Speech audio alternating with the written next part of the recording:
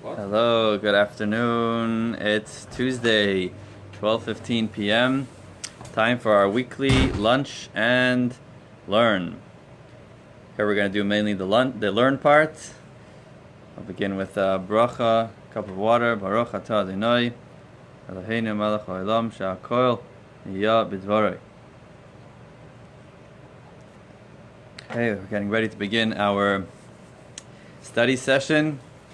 Should be about 60 minutes or so. Our weekly study session, studying Torah together. Hello, Jody. Hello, Roy. We are getting ready to begin. It's Tuesday, and unfortunately, we are still in some sort of quarantine. Things are easing up, especially with this week. Some people are getting back to work.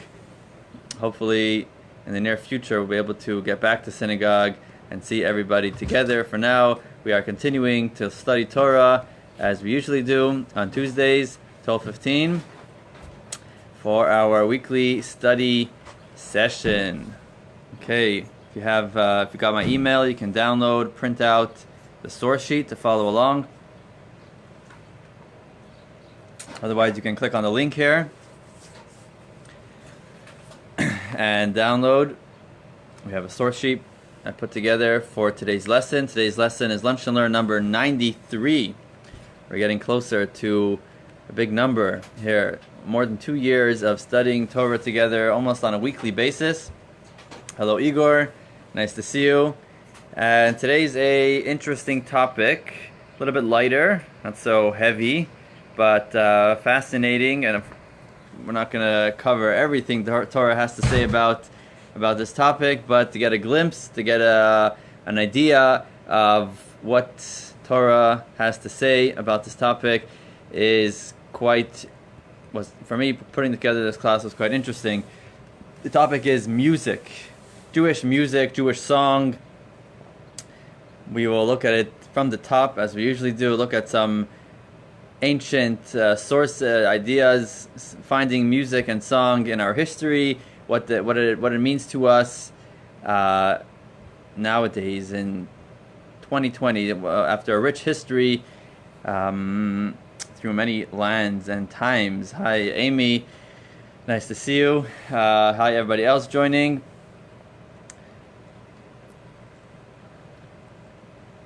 Always great to get together to study Torah. And I think we are just about ready. Okay, just gonna get this in place so we can begin. You can take a moment to share this live so others can join in as well and study Torah. What we're learning is not my ideas. These are traditional Jewish ideas, Torah ideas that everybody can benefit from.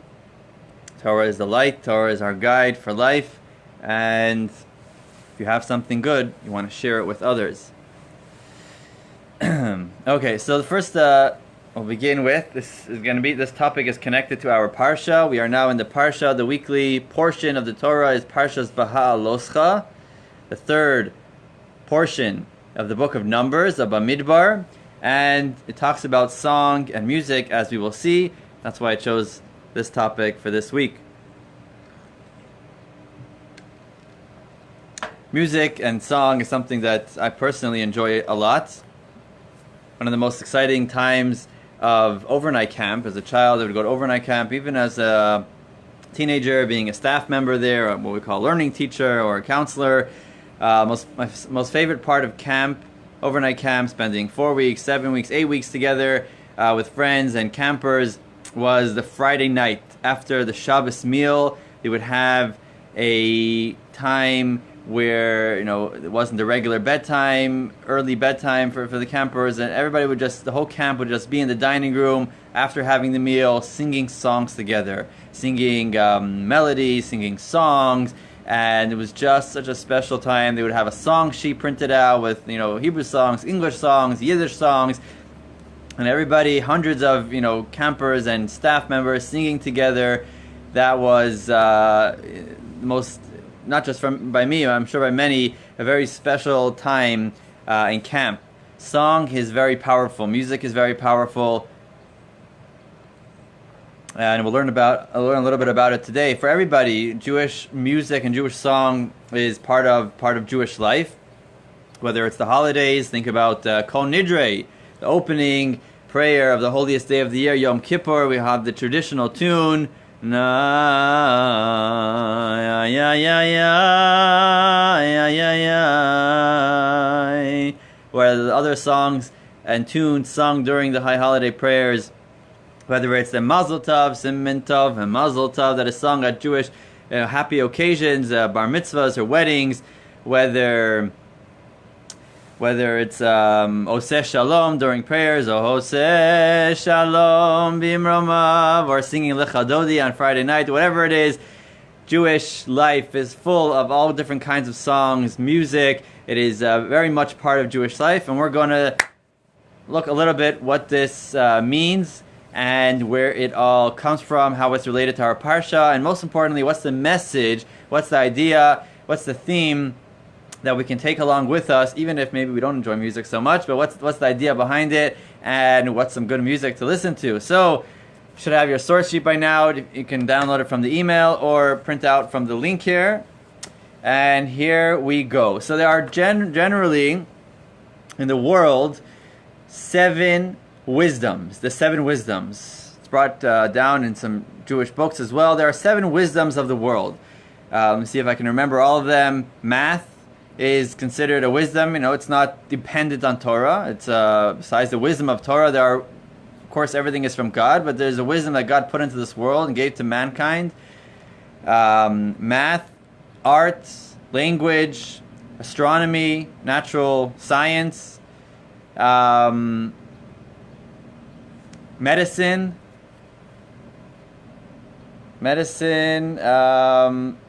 I think I said 6, right? And the 7th is music. So math, astronomy, medicine, language, art, science, and music. Hi, Judy and Ira. Hi, Rais. Nice to see you. So we're getting started here. We're up to our first source. Hi, Rachalea. Hi, Vicky. Today's topic is music, and in general, in the world, there are 7 wisdoms. One of them is the wisdom of music. Music is very detailed, very intricate, and has such wisdom to it. Learning music, playing music, notes, and all kinds of things. Unfortunately, I do not play an instrument properly yet. I love music, but especially the violin, just really soul-stirring.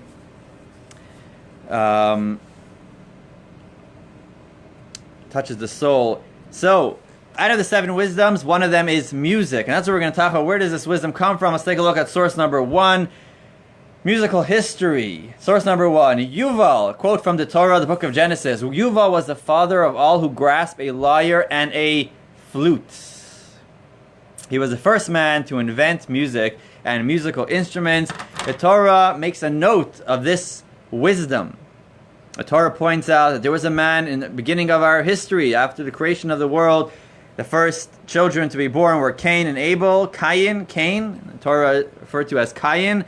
And Cain's great-great-great-grandson, 6 generations after him, was a man named Yuval. His father's name was Lemech. The Torah describes him. And Yuval, the Torah points out, was the father of all who grasp a lyre and a flute, those who hold the musical instruments. He was the one that invented instruments, musical instruments, and music to be played on them. So the Torah points out that yes, music is a wisdom, music is important, and that's where it all started. And since then, music was introduced into the society, and it went on and on. And next place where we find music being, or a song being mentioned, is the story of the Jewish people. So Yuval was not necessarily, wasn't Jewish, he was just a great-great-grandson of Adam, where we have the descendants of Abraham. The Jewish people spent some time in Egypt. Finally, they're freed, and they are at the Red Sea. And this is 7 days after they've left Egypt, and the Egyptians are marching out of Egypt, chasing after them, after not the Jews, escaping from Egypt. And the great miracle, the splitting of the sea splits, and the Jewish people are saved, and the Egyptian enemy is totally eliminated. And what is the Jewish response to this great miracle, the salvation? And it's really the ending of the culmination, the completion of their exodus of Egypt. Because even after they left the country of Egypt, they still had that fear. They still had the threat of the Egyptians coming out, the mighty Egyptian army coming after them, and that is what happened. And they were only fully freed after the splitting of the sea, and the army was eliminated. The Egyptian army was eliminated. That is when the Jewish people were totally free. How did they express themselves? What was the response? The response was song and music. As we see in the Torah, source number 2, when Moshe and the Israelites sang this song to the Lord. They said, I will sing to the Lord, for he has triumphed gloriously. A horse and driver he has hurled into the sea, and taken care of the Egyptians. He had saved us, protecting us from them.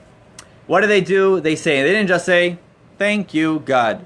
Just plain like that. They sang it. They sang a beautiful song. The song is in the Torah. It is actually a song. The first 2 words in Hebrew are uz, yashir, then he sang, Moses and the Jewish people. This is a song that we say daily in our prayers. In our morning prayers, we say the Az Yashir every day of the year.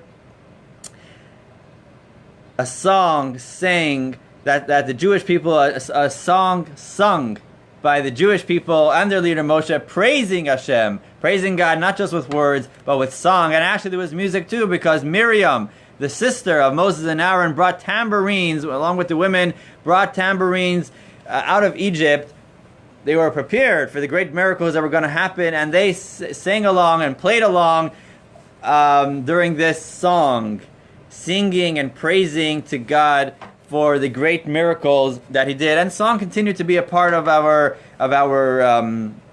life, our Jewish life, throughout the time in the desert, and even after, when the Jews settled the land of Israel, when great miracles happened, when great wars were won and enemies were chased away, Jewish people sang songs. There's a famous song of Deborah. Deborah was a great prophetess who led the Jewish people against the if I'm not mistaken, the Philistines, I'm not sure, one of the great armies at the time, and there was a song that's actually one of the Haftorahs. Other songs are a time of joy, when the ark was being brought into the temple, time of sadness. Song has always accompanied the Jewish people on their journey. And one of the greatest, if you can say, Jewish leaders and personalities associated with song and music is King David. King David is known as Ne'im Zemirot Yisrael. Zemirot means songs. King David is known as the sweet singer of Israel. King David lived a couple hundred years after the Jews settled the land of Israel. King David's father was a man named Yishai, I think in English Jesse. And he was a young boy, the youngest of 7 boys. He was a shepherd, and he would sing songs. He would compose songs, melodies. He had a harp that he played and composed songs, and everybody in the vicinity where he lived knew that when David sang songs, everyone was just attracted, and their souls were awakened. They were just so moved by his songs, that to the point that when King Saul, who was the king of the time before King David became the king later, King Saul was saddened or depressed. They were looking for somebody to lift his spirits, and King David was called. Well, he wasn't a king then, he was a young boy David, and he would come and play for him on his harp, and that would relax him and bring King Saul joy. King David was famous for playing music, composing melodies, composing songs, and eventually when he did become king, after King Saul, King David, every night, our sources tell us, his harp would be hanging there, the kinnor, and at midnight the breeze, the wind would come and blow lightly, play lightly on the strings, the chords of the harp, and King David would wake up and compose songs and melodies for praise of God And all of those, or many of those, are compiled and put together in the book called Tehillim, the book of Psalms, which is the songs, shir, the melodies of King David, the songs of King David, and it has 150 chapters in that book. Chapter 150, the final chapter, which we also say in our prayers daily. We sing it in Shul, Hallelujah, Alukel B'Kadshai. That's how we sing it on Shabbos. And that is source 3. Praise Him with blasts of the horn. Praise God with instruments. Praise Him with harp and lyre. Praise Him with lute and pipe. Praise Him with resounding cymbals. Praise Him with loud clashing cymbals. This is how King David describes how music is there. Musical instruments are there for us to use them to praise God, to connect to Hashem. This is what music is there for. So that's King David. And King David, some of what he composed was used in the temple itself. So King David prepared much for the temple, and his son King Solomon, who succeeded him, built the first temple, which stood for 410 years in Jerusalem, Mount Moriah. What happened to the temple? There was lots going on in the temple. One of the important and central rituals done in the temple was the offering of sacrifices, whether animals that were brought up on the altar, Hagel, different offerings, different things that were made out of flour, and all kinds of things that were brought on, mainly animals, daily sacrifices, for the communal sacrifices, individual people bringing sacrifices, different ways of praising Hashem, thanking God. These things are spoken about lots, and especially in the book of Leviticus, all the details of the sacrifices. But we'll talk here about something mentioned in our parsha. Okay, just take a moment. If you hear me and you're following along, you can just say yes or hello, so I can get some feedback here.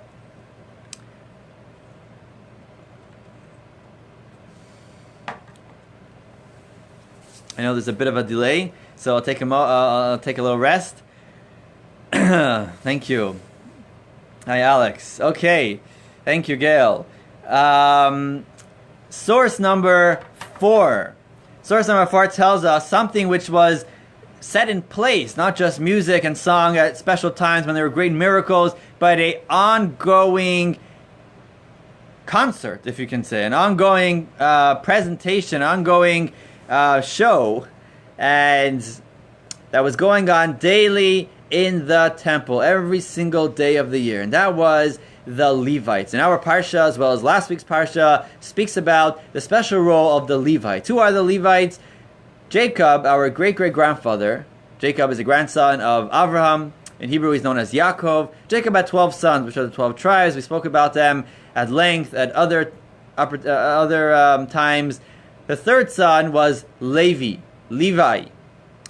Moses and Aaron were great-grandchildren of Levi, and the Kohanes come directly from Aaron, but all those that don't come from Aaron but are descendants of Levi are the Levites. For example, Moses was a Levite. What was the job of the Levites? Source number 4. The Levites are formally assigned to me from among the Israelites.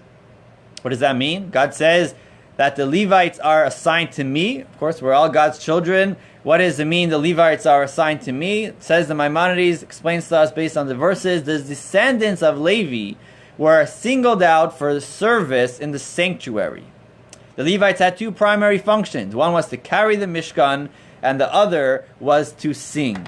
Okay, so in our parsha, the Torah says that the Kohanes were the ones actually bringing up the sacrifices and lighting the menorah in the temple and all the holy stuff.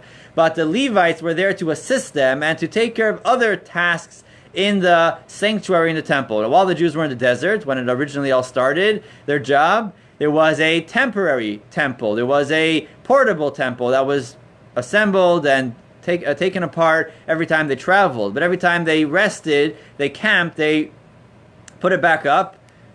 And the Levites were the ones that were carrying the temple, carrying it from while they were journeying. But the next thing was to sing. Their job was to sing in the temple. Eventually, once they came to the land of Israel, and there was no need to carry the temple around because they built the permanent temple, whether it was first in Shiloh or some other places for a short time, and eventually in Jerusalem, there's no need to carry. It was a building made out of stone, not portable pieces. They had other jobs besides singing. They had a job to. They were the gatekeepers. They were guarding the temple out of respect. Many other jobs that they had. But we're going to talk about here one thing that they did was to sing. They would sing and play instruments in the temple. Imagine this. In the temple, the greatest, holiest place, there was a concert. There was a choir going on daily. Let's take a look at source number 5. Maimonides tells us from the Talmud, there should never be less than 12 Levites standing on the Duchan. The Duchan is a stage, a platform, and it had like some bleachers each day to recite the songs over the sacrifices, and their number could be increased without end. So a minimum of 12 it can be increased. The songs were sung vocally, while others would stand and play melodies with the musical instruments, lyres, flutes, harps, trumpets, and a cymbal. So, hi Jack, hi Ed. We're learning here about music and song in Jewish tradition. So the Levites, every single day of the year, there was a minimum of 2 sacrifices. There was the daily, the morning sacrifice, and the afternoon sacrifice, which, by the way, our prayers correspond to that. And during those sacrifices, the Levites would stand not far from the altar on a special duchen, a special stage, a special platform, where they would stand there, and they had a choir. They would sing songs. They would sing songs as well as a orchestra playing music. This was going on in the temple while the sacrifices were being brought. A very essential part of the sacrifices, there was the slaughtering and there was lots of details that went into the sacrifice. But in order for and the sacrifices accomplished lots. They for some reason that's what God wants. Don't ask me why, but it accomplished a lot. But an essential component of all the spiritual accomplishments of the sacrifice was music, was song, and it's questionable if the sacrifice would be kosher without it. There's a debate about that in the Talmud, but certainly it was a very important part of the sacrifices and the services in the temple.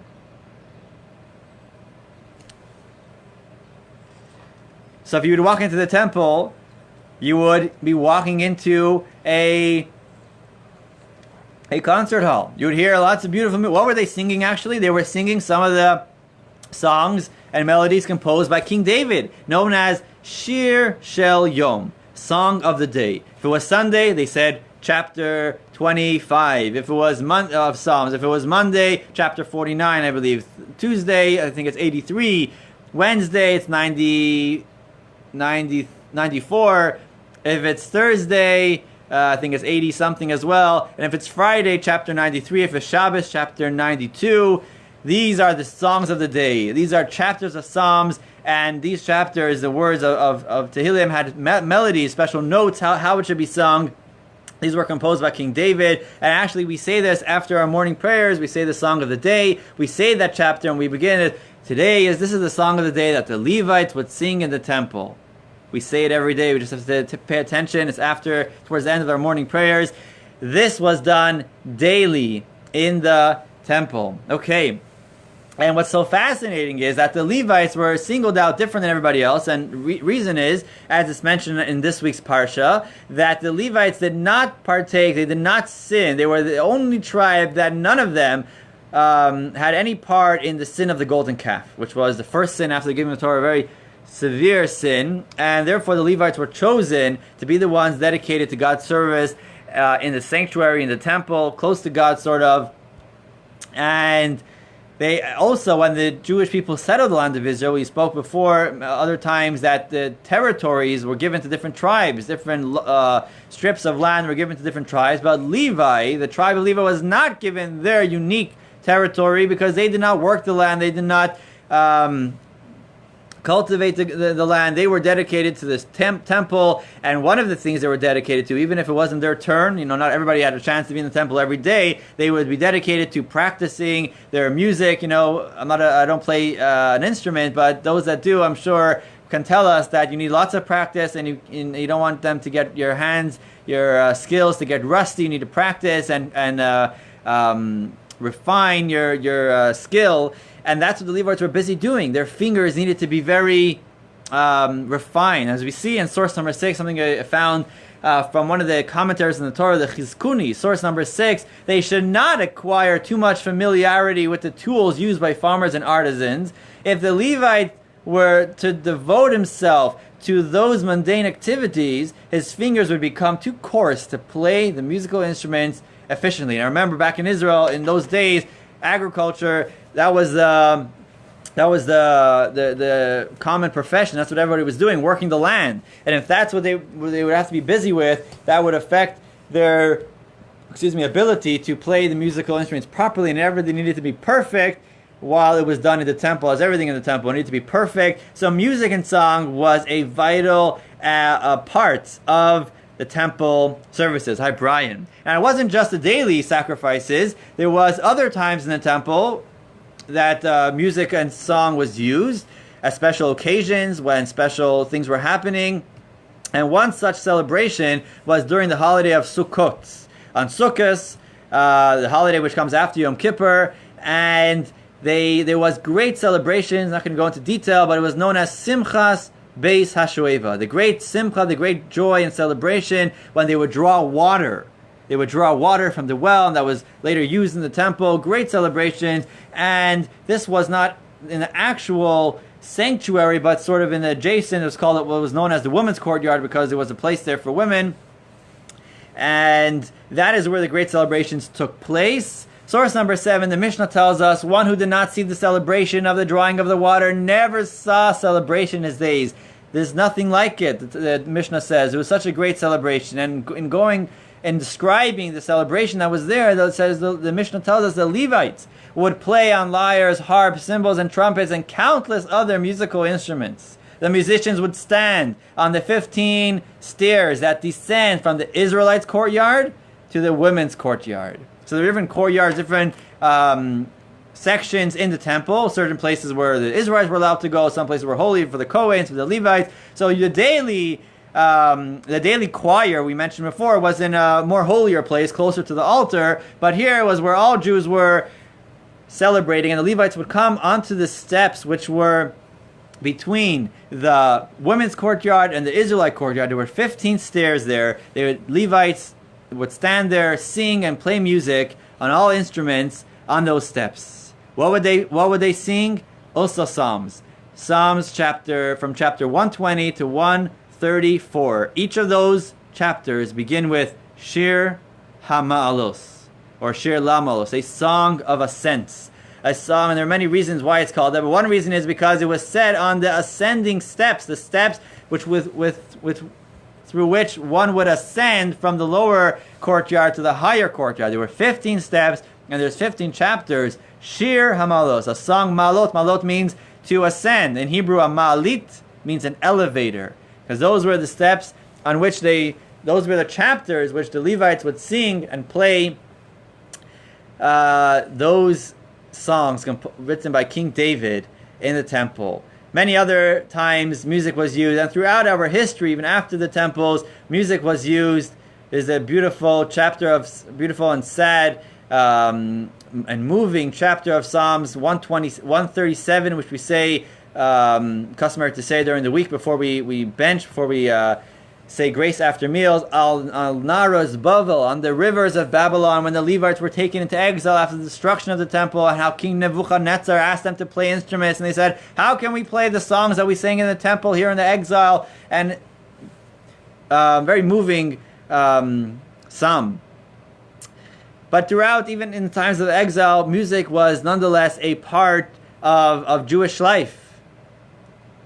Whether at weddings or celebrations or sad times, on Tisha B'Av, there's a special chanting of Lamentations, we read about the destruction of the temple, a sad tune, and on Purim we read the Megillah, there's a special tune, which is more of a joyous kind of tune, and Haftorah has its tune, and reading the Torah has its tune, and different songs for different. When we light the menorah, we have a special song we sing then, and when we celebrate the Passover Seder, we sing Ma Nishtana Halayla Hazeh. So song and music is very central to Jewish life, and we'll see more about it. Soon. Some of the actual songs that were sung in the temple, somehow most of them were lost, but some of them are still with us today. Some of the songs that we sing on high holidays are very traditional songs, ancient songs dating back to temple times. Some of those pieces they're known as skarbove. I'm not sure if that's a word in Yiddish or in Russian maybe. Skarbove means, I believe, traditional or old songs that were passed down from generation to generation. One such song is right after we blow the shofar.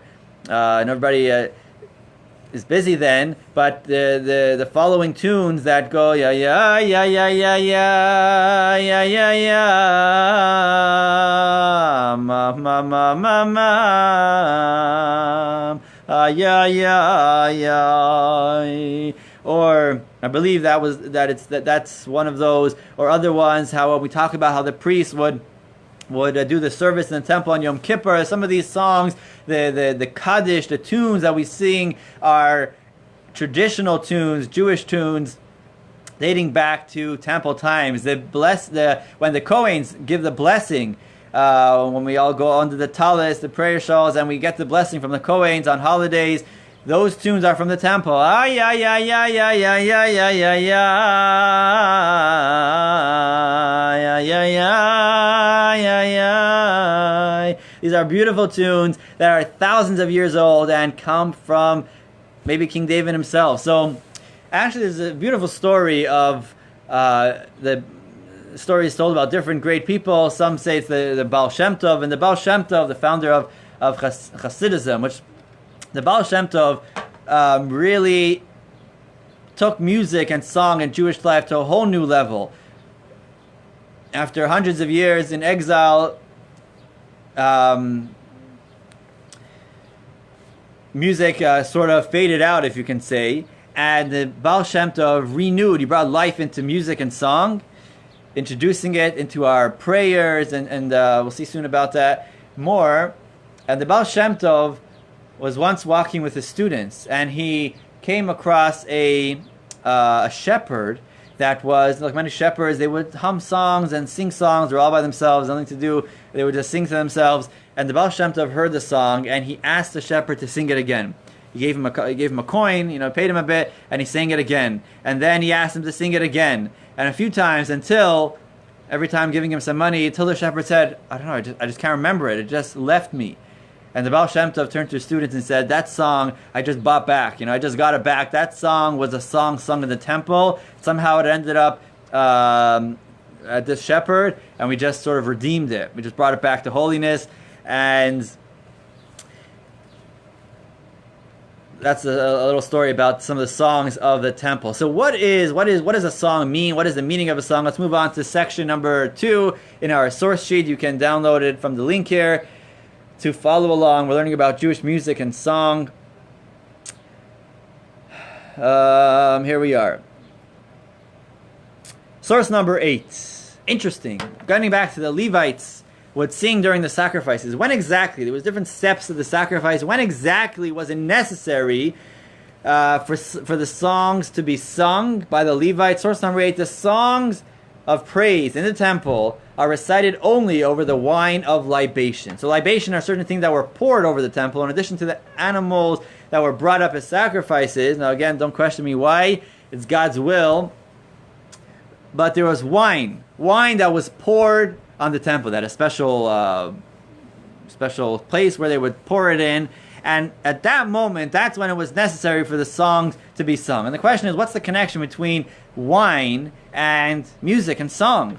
Source number 9, music and wine are known to be powerful agents for removing one's inhibitions. There are things people will not say unless they have allowed their tongues to be loosened by wine. Music, too, allows people to express their feelings in a way that they could not possibly express in words. Just like music relaxes us and lets us express ourselves more freely, a song, a melody,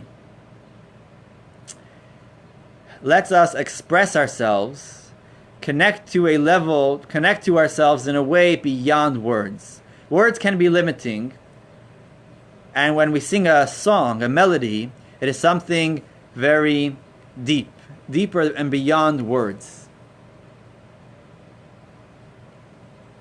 So specifically, when the wine was being poured on the altar, and what is wine? Wine is about, wine has the ability, wine is an agent to bring out what's hidden, to bring out a feeling, to bring something which is not normally expressed.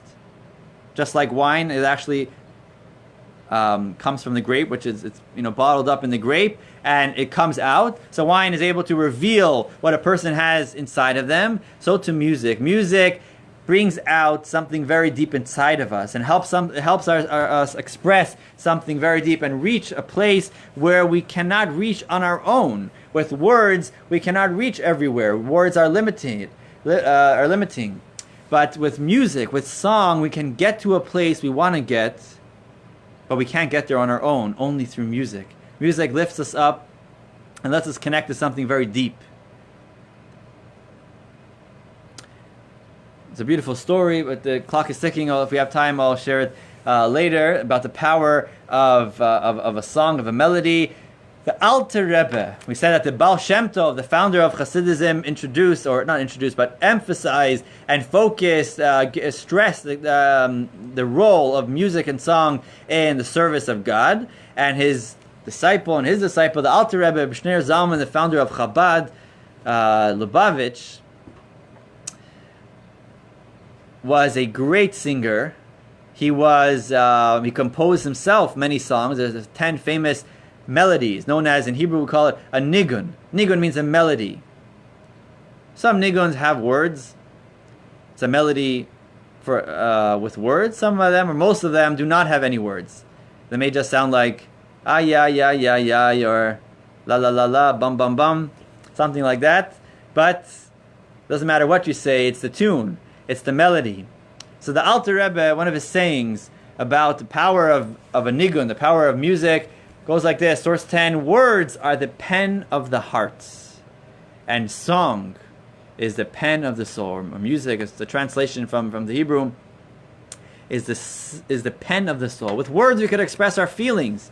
Words are the pen of the heart. We can tell somebody how we're feeling. But song, music, is the pen of the soul. The soul expresses itself in music and song. It's a very lofty and spiritual kind of wisdom. Getting back to the 7 wisdoms, something that Hashem gifted us with.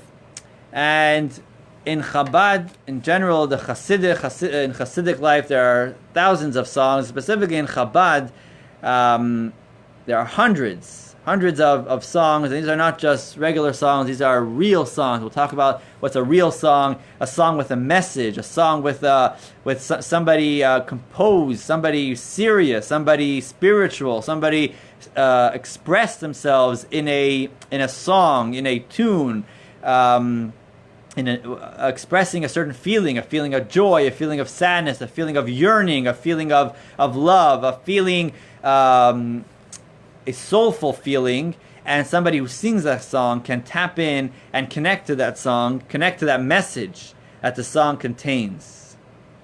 And that is why many nigunim, many melodies do not have any words to it, because that would limit the message of the melody. Source number 11 articulates that. If a song were to contain words, its message could be only as deep as its words indicate. There is no room for elucidation. The translation is final. The purpose of the nigun is to break the boundaries of definitive meaning. By containing no words, the melody allows the singer to embrace the tune as he understands or she understands. The melody is no longer a story told by others. It is a tale you have experienced yourself. So it's just a tune.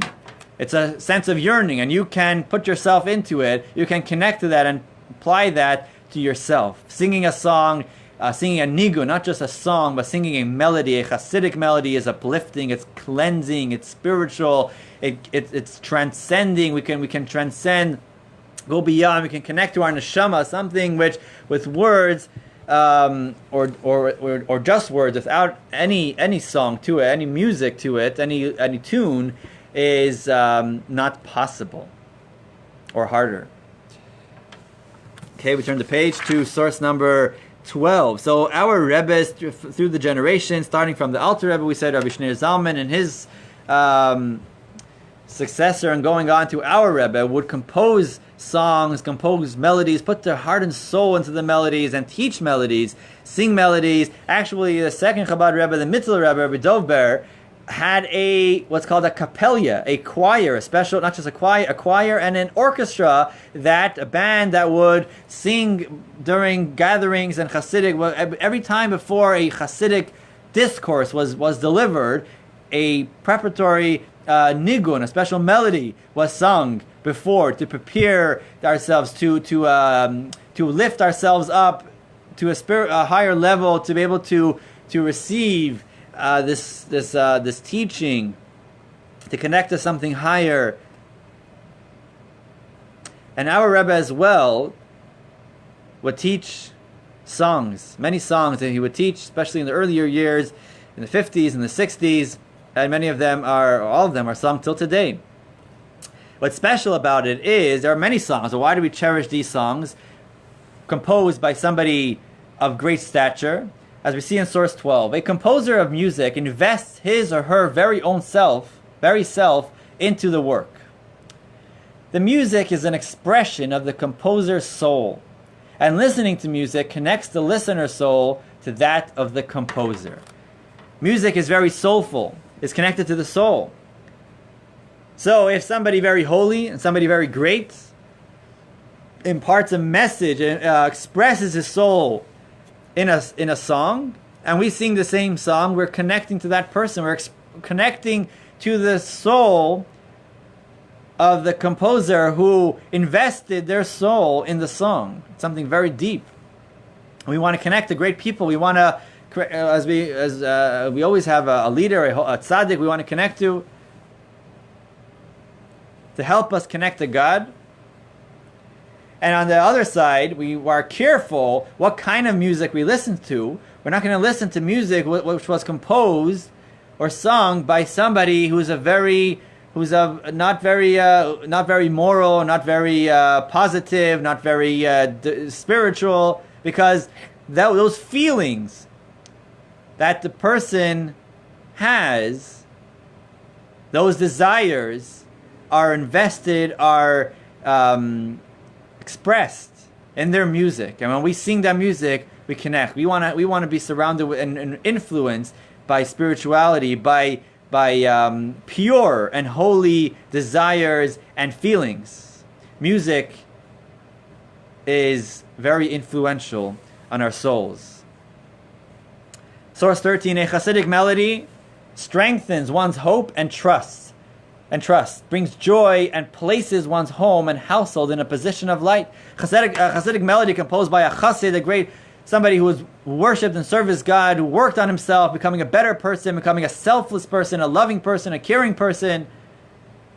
And when he composed a song, he invested his soul, his desire, his yearning for God, his yearning for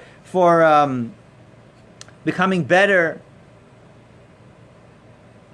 When we sing those songs, a song which expresses hope and trust, that washes our souls, as the Rebbe Rayas, one of the previous Rebbe, says here, it brings joy. It can express joy. It can place one's home and household in a position of light, and that's actually the custom in yeshiva. Hi Hank, and hi everybody that just joined. In yeshiva, it was special times, whether Friday nights, as I mentioned before about camp, or in yeshiva, Shabbos afternoon, towards the conclusion of Shabbos, we have a Seder Nigunim, a set time. We just sit for a half hour, 45 minutes, singing generally slow melodies, just connecting and really experiencing the song, connecting to the message of the song. You know, not every nigun, not every melody has a message. Some songs are just empty. But a song, a real song, was called in the Hasidic language a nigun memula, or nigun mechuvan, a full song, a song which carries a message, an important message. A message of joy, a message of trust, a yearning, a desire to connect to God, a yearning to become better. Those nigun, those are the melodies that are sung.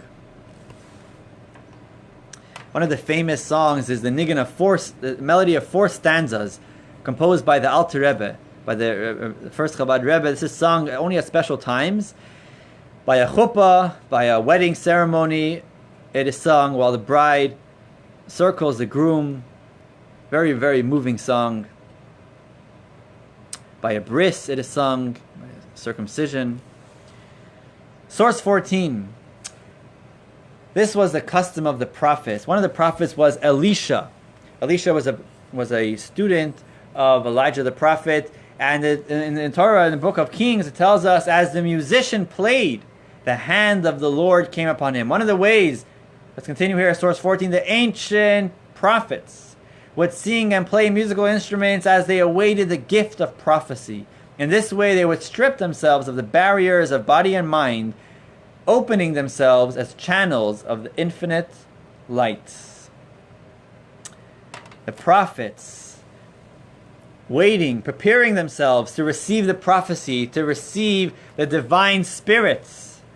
That's something very spiritual, but they're living in a physical body. They would play music, they would sing songs to lift themselves up, to transcend over the physical barriers, the physical limitations. And at that point, they would sing a nigun, sing a melody. They would be oblivious of their bodily, of their body. It says they would roll sometimes. They would do all kinds of. They wouldn't be in control of their bodies. They were just in a different world. They could be here living, but the melody took them to a place that was so spiritual that they didn't feel what was going on. Such a story from recent time, from before the war. There was a great Rebbe, the Mozhitzer Rebbe, one of the Hasidic Rebbes, I believe in Poland. Mozhitz, he was a great composer, composed many songs, and it was at that time, probably 80 years ago, 90 years ago or so, he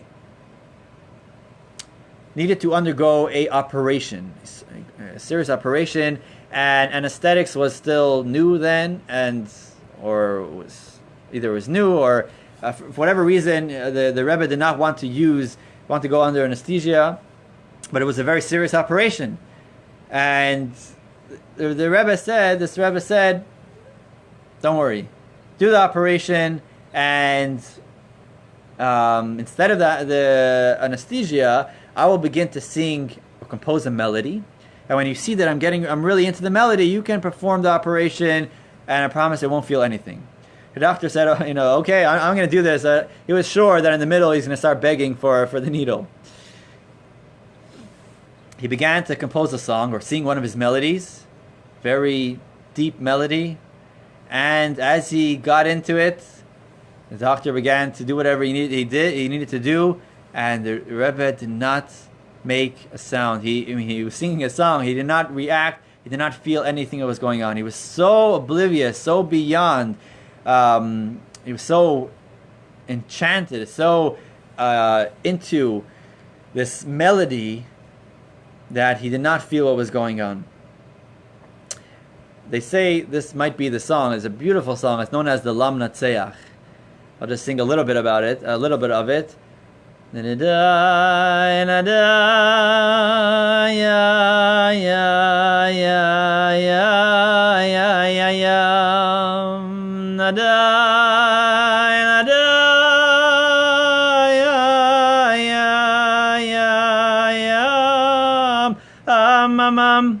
have to appreciate it. You have to appreciate melodies and something that we do all the time. And That's just a little bit. So we would sing it in yeshiva. It could take a half hour just to sing this melody. It goes one what's it called, stanza, deeper and deeper, higher and higher, really moving. And that's a modern day kind of story where he was sang a song and performed a operation, and he was just fine. Okay, well, we're moving on here to our next two sections. One nigun, one melody. Where do these melodies come from? So some Hasidim actually composed them themselves, this song, these melodies, but sometimes they were taken from all kinds of sources and used in service of God. One example is a nigun, a melody taught to us by our Rebbe, the Lubavitcher Rebbe. This was taught on Simchas Torah, 1958. And the nigun, the story that the Rebbe shared before teaching the song, was quite surprising to the Hasidim that were there in 770 Eastern Parkway. And the Rebbe began to say a story about a man named Shamil. Shamil was a imam, some sort of leader in the Caucasian mountains. This is in the early or mid 1800s, probably early 1800s. The Tsar's armies tried to, I guess, conquer that area, but it was very mountainous area, and there was different tribes there that would live there, and they were totally, living on their own, not in the civilized part of Russia. And the Tsars were trying to conquer that area, and one area was ruled by a man named Shamil, and they tried to win him with force, but they had an advantage that they were on the mountains. They had a better point. They were up high, so they tricked him, and they made as if they're doing a peace treaty with him, and they told him to come down unarmed, and they're going to let him be. And when he came down, they captured him and they sent him off to exile. And you can read up about him. Shamil, he's a real guy. But what happened is that while he was in exile, he was the leader. He had freedom. He had might. He had riches. He had everything. And here he's sitting in prison. He's sitting, in exile, and he was sad. And he sang a song. He composed a song. Source 15, this is what the Rebbe is sharing. Staring out of the window of his small, narrow cell, Shamil reflected on his days of liberty in the past, in his current exile and helplessness. He bewailed his plight and yearned for his previous position of freedom and fortune. He consoled himself, however, with the knowledge that he would eventually be released from his imprisonment and return to his previous position with even more power and glory. His ardent yearning was expressed in a sad yet hopeful song. Shamil had three parts to his melody. First, he was yearning. He was looking back, reminiscing of the great times, freedom, liberty, and how good things were back in the day. The second part, he was comparing that to how things are now. He's in exile. He's helpless. But then he consoled himself that knowing eventually he'll be released, and not just he'll return to his previous position, but he'll return with even greater power. A chassid passed by and heard this song being sung from somebody in prison, and he used that.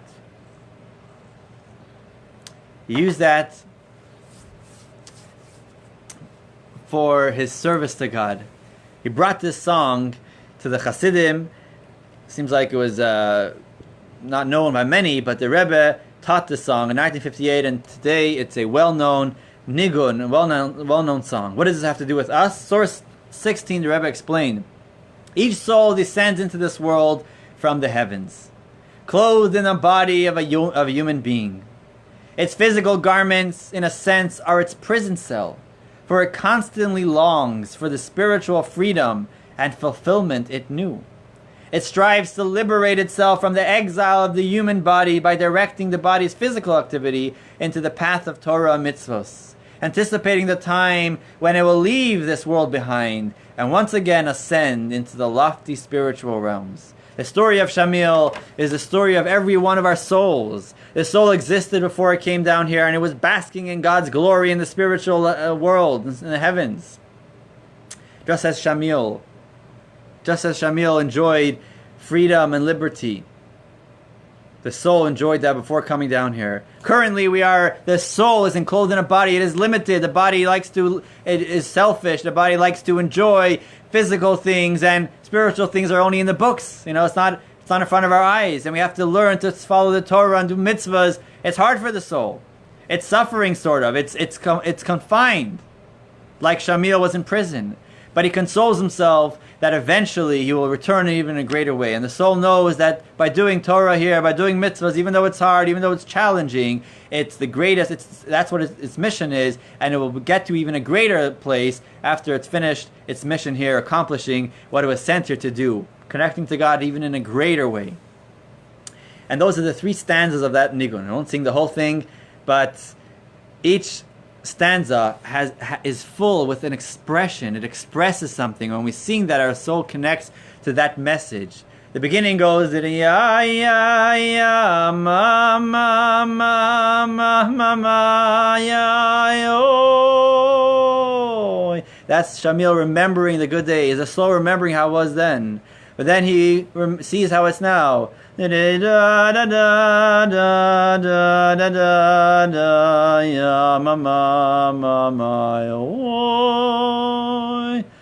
talking about how it is now. But then in the future, it's going to be good.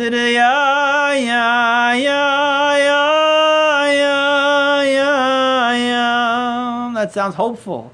Every nigun, every tone, every notes, everything has a message. Interesting how this nigun, this melody came from a place which was totally, not Jewish, if you can say. Interesting that there are other songs. For example, another song that we actually sing on Yom Kippur. It's our custom sing at the end of Yom Kippur is Napoleon's March. Believe it or not, the Alter Rebbe, Rabbi Shneur Zalman, as you mentioned before, in 1812, he was in that area where Napoleon's armies were marching from France into Russia, and he heard the army singing this march, a march of victory. And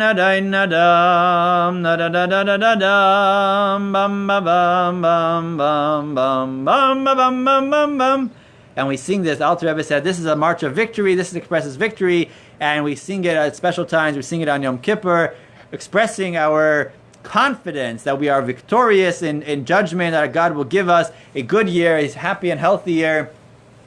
Another song is I forgot what it's called, the French anthem, the La Marseillaise or something. I'm not sure how I pronounce it. In 1973, the Rebbe asked this song to be sung, and now it is considered a Hasidic melody, a joyous melody. It helps us. Obviously, there was some message there that the Rebbe felt that we can incorporate into our life. Okay, so we have just to wrap this up a couple of minutes in the last section here. Getting back to the Baal Shem Tov, so Jewish life, hundreds of years in exile, became with suffering and crusaders and who knows what, all kinds of suffering. Jewish people they were studying Torah and doing mitzvahs, but what was lacking was passion. It was very intellectual. It was very robotic. What was lacking was his soul. A dead body also has everything there. It has a brain. It has eyes, but it's lifeless. And the same thing when it comes to Torah mitzvahs. We can put on tefillin, we can have a mezuzah, we can light candles, we can study Torah, but there's no passion. There's no soul infused in that body, in the rituals, in the religion. What the Baal Shem Tov introduced and what he emphasized was the neshama, the soul, to put ourselves to put feeling into what we're doing.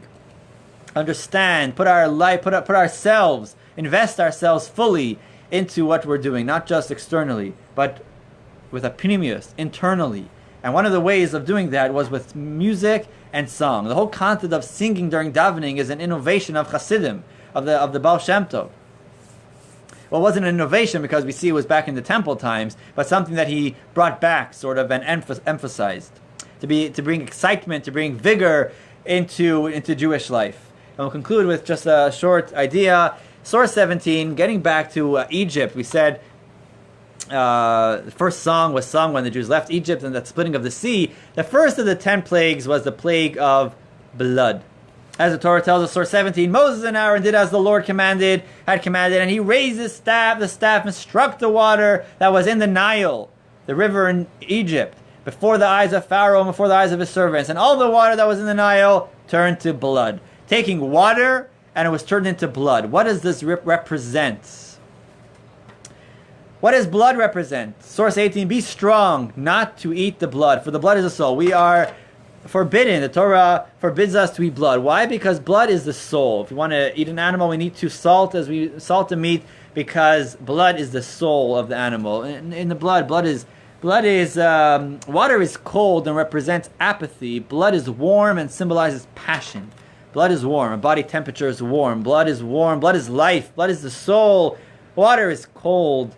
Water represents apathy, indifference, without feeling. Blood represents passion. Blood is warm. Warmth. Life. A dead body gets cold. A living body is warm. A body with a soul is warm. And that's what blood represents. So what is the plague? Source 19. What does this plague represent? The very first of the 10 plagues, the 10 stages by which Egypt was subdued. There were 10 plagues, which is the 10 stages by which God subdued the Egyptians, was transforming the coldness of its water into the heat of blood. This signifies a transformation of cold indifference to divinity into warm enthusiasm for it. The Egyptians said, "Who is God? We don't believe in God. Who is..." Take the water, transform it into blood.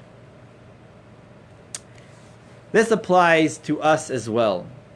When we are leaving our Egypt, we might not be in the country of Egypt, in the territory of Egypt, but we have Egypt in ourselves. We have things that limit us, that question God, things that inhibit us from advancing and growing our connection, our spirituality. What's the first step of leaving our personal Egypt? Take the coldness of water and transform it into warmth, into blood, into passion for godliness. Don't do things coldly. Do things with excitement. Source 20, this applies to anyone striving to leave the slavery of Egypt, the tyranny of the Zohar material drives and bodily desires. Our first step in the process must be to replace our prior cold indifference to all things Jewish and holy with warm enthusiasm for God, His Torah, and His commandments. Music, melodies, songs helps us live Judaism with our souls, with excitement, with feeling, with passion, to pray not just with words, but with our souls, and that's through music, through song. When we pray, source 21, we do not read, we sing. Even if we're not singing a song in prayer, but there's a tune to prayer. We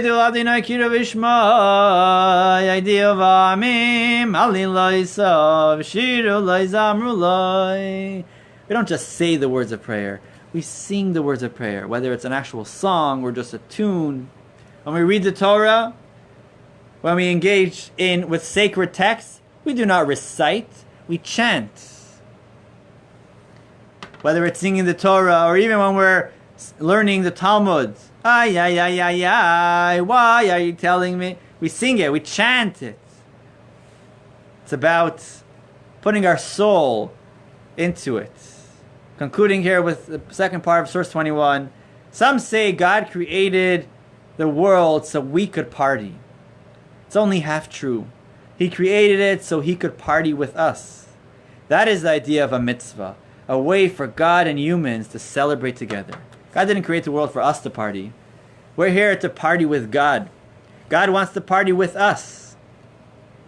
He's part of the party.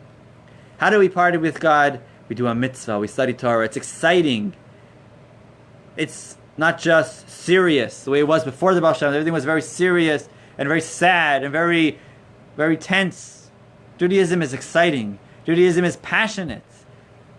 Yes, there are serious times, there are more happy times, happier celebrations. There's the high holidays, it's the time to be more serious, but doesn't mean serious does not mean sad. Serious can go together with happiness. We have songs, we have melodies for every stage on the Jewish calendar, on the Jewish cycle. Song, music is an integral part of Jewish life. Okay, if there's any questions, now is a good time to put it in the comments. Share a little story. So I see a question. Interesting that usually by a funeral you won't really find, you won't really hear music. Maybe you'll hear a cantor singing a Kel Mole, singing a prayer, but it's more like cantorial piece, not really like a song or a melody. But at one nice to see you, Gary. Have a good day. At one funeral, I was not there, but I was told. My name is my full name is Yoshua Heschel. Heshi is a nickname for Heschel. I'm named after my father's father, who passed away not too long before I was born. And named after him, who he was named after his grandfather. At his funeral, a song, a melody, a nigun was sung, which is very rare. But he was living in Montreal in Canada. He was originally from Belarus. After the war in the, I think it was probably the early 50s, he came here to Canada, to Montreal. He was a shochet, he was a mohel, and he was also a like sort of what's called as a mashpia. He was a spiritual mentor for the community in Montreal. And many times at farbrengens, at Hasidic gatherings, when we have a little bit of wine, we say l'chaim, as we do here in Seagate sometimes, we sing melodies together, we lift ourselves up, cleanse ourselves, connect to something spiritual, where all the physical things are looked at as petty and not so significant. Many times he would request about a certain melody that he would like for this melody to be sung at his funeral. He said this more than once. What was this melody? This is a melody of a disciple of the Baal Shem Tov. He was, this is a few hundred years ago, known as Michal of Zlochev. I guess Zlochev is a town or a city somewhere in Ukraine probably. And he was a great man, a great tzaddik, holy man, and he composed many songs. And this particular nigun, the Baal Shem Tov said about this song that it is a song, a melody which awakens one to do teshuvah, it brings one closer to God, to return to God. And the Baal Shem Tov actually said that whoever sings the song with feelings of returning to God, regret for all bad things done in the past, the Baal Shem Tov said, wherever I am, in any chamber up there in heaven, I will come and help you. It's a special melody. And by his funeral, the way my father told me, that nobody even said anything. Everyone just remembered, I guess, members of the community, just as they put him into the grave, before covering the grave, everybody just stood there and sang this melody together. It's a very moving melody, and it was just something very, if the word is surreal, it was just, it goes something like this, if you want to hear. I don't know how the song gets carried over Facebook here. Ay ay ay ay ay ay ay ay ay ay ay ay ay ay ma ma ma ma ma ya ya yam ay ay